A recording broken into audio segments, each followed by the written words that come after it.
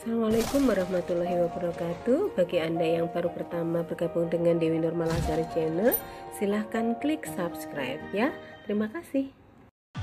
Assalamualaikum, halo, jumpa lagi dengan Dewi Nur Malasari Channel, berbagi itu indah.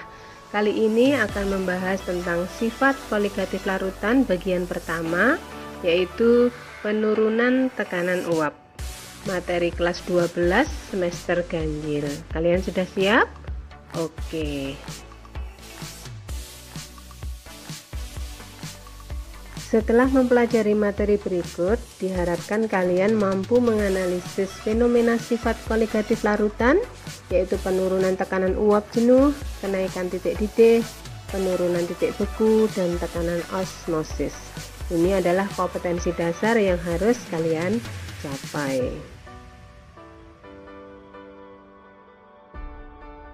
Materi yang dipelajari pada sifat koligatif larutan itu ada 4 yang seperti tadi Bu Dewi sebutkan ya. Tapi pada bagian 1 ini hanya akan membahas tentang penurunan tekanan uap.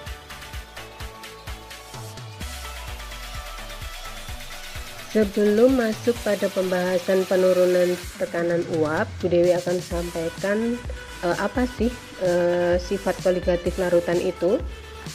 Sifat koligatif larutan itu merupakan sifat larutan yang dipengaruhi oleh jumlah partikel zat terlarut dan tidak tergantung pada sifat zat terlarut. Untuk jumlah partikel zat terlarut dalam suatu larutan secara kuantitatif dinyatakan dalam berbagai satuan konsentrasi.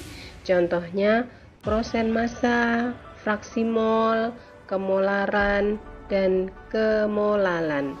Yang ini sudah dibahas di kelas 10 semester genap ya. Sudah paham kan? Oke. Contoh sifat koligatif dalam kehidupan yang berkaitan dengan penurunan tekanan uap adalah laut mati. Laut mati adalah contoh dari penurunan tekanan uap pelarut karena zat terlarut yang tidak mudah menguap. Perlu kalian ketahui bahwa dalam laut mati itu kadar garamnya sangat tinggi sekali. Biasanya laut mati ini digunakan untuk tempat-tempat wisata ya, karena laut mati tidak dapat menenggelamkan orang yang berenang di sana. Masyarakat Indonesia masih banyak yang belum tahu bahwa di Indonesia pun memiliki laut mati. Yang terlintas di benak kita pastilah langsung terpikirkan ke Israel gitu ya, bila mendengar laut mati. Itu dikarenakan keberadaan laut mati ini lumayan tersembunyi, yaitu di Nusa Tenggara Timur atau NTT, tepatnya di desa Sotimori, Kecamatan Rote Timur, Kabupaten Rote Ndau.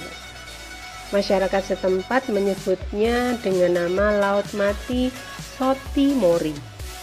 Di situ Anda bisa lihat ya, Laut Mati Sotimori itu tak kalah indahnya dengan Laut Mati di Israel. Indonesia keren. Masuk pada pembahasan penurunan tekanan uap. Tekanan uap yang ditimbulkan pada saat tercapai kondisi kesetimbangan dinamakan tekanan uap jenuh. Dari hasil pengukuran data-data eksperimen, ternyata diketahui bahwa tekanan uap jenuh larutan lebih rendah daripada tekanan uap jenuh pelarut murninya. Nah, selisih antara tekanan uap jenuh pelarut murni dengan tekanan uap jenuh larutan disebut penurunan tekanan uap jenuh. Paham? Oke. Sejak tahun 1887 sampai dengan 1888, Francis Mary Rold telah mempelajari hubungan antara tekanan uap dan konsentrasi zat terlarut. Dan Rold ini mendapatkan suatu kesimpulan bahwa Besarnya tekanan uap larutan sebanding dengan fraksi mol pelarut dan tekanan uap dari pelarut murninya. Nah, pernyataan ini dikenal dengan hukum Raoult.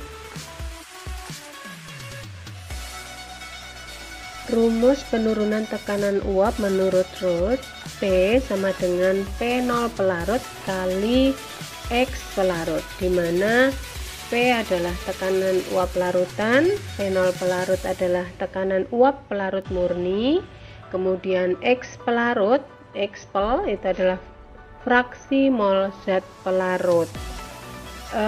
Delta P, penurunan tekanan uap, bisa dihitung melalui delta P sama dengan P0 pelarut dikurangi P. Saya ulangi ya, delta P dapat dihitung dari P0 dikurangi P.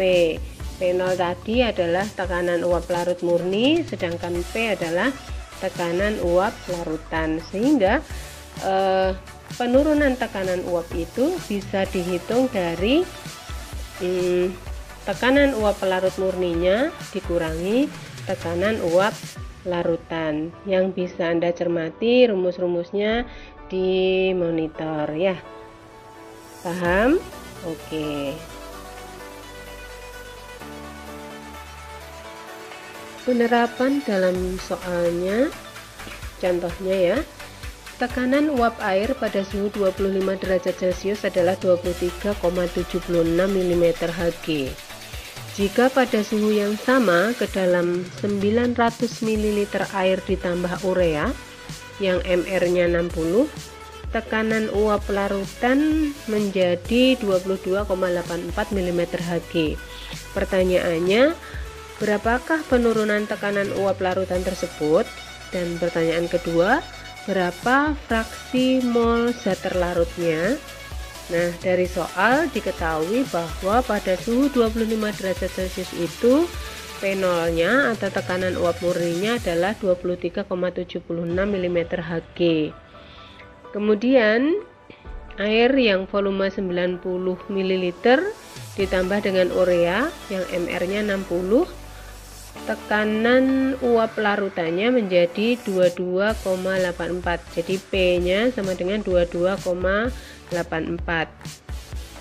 Untuk pertanyaan A, ditanya penurunan tekanan uap, berarti yang ditanya adalah delta P, sedangkan yang B yang ditanyakan adalah fraksi mol terlarut, berarti adalah XT. Nah, caranya sebagai berikut. Dari soal tadi berarti pembahasan untuk soal A, penurunan tekanan uap, berarti rumusnya delta P sama dengan P0 dikurangi P.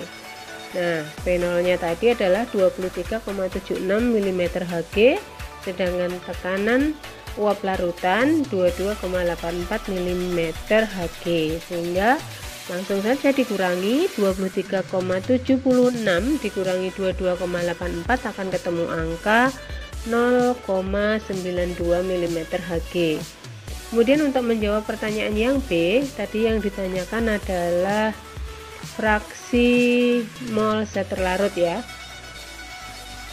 Fraksi mol zat terlarut dapat dicari dari rumus delta P sama dengan P0 kali X terlarut. Maka X terlarutnya sama dengan delta P dibagi P0. Nah, delta P-nya tadi sudah dihitung 0,92 dan P0-nya tadi berapa? 23,76, sehingga akan ketemu XT atau X terlarut sama dengan 0,0387. Bisa dipahami ya? Oke.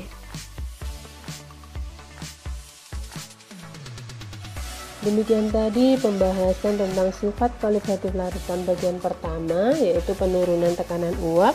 Mudah-mudahan bermanfaat. Terima kasih telah menonton video dari awal hingga akhir. Jangan lupa subscribe, like, dan share ya. Assalamualaikum warahmatullahi wabarakatuh. Sampai jumpa pada video berikutnya. Terima kasih.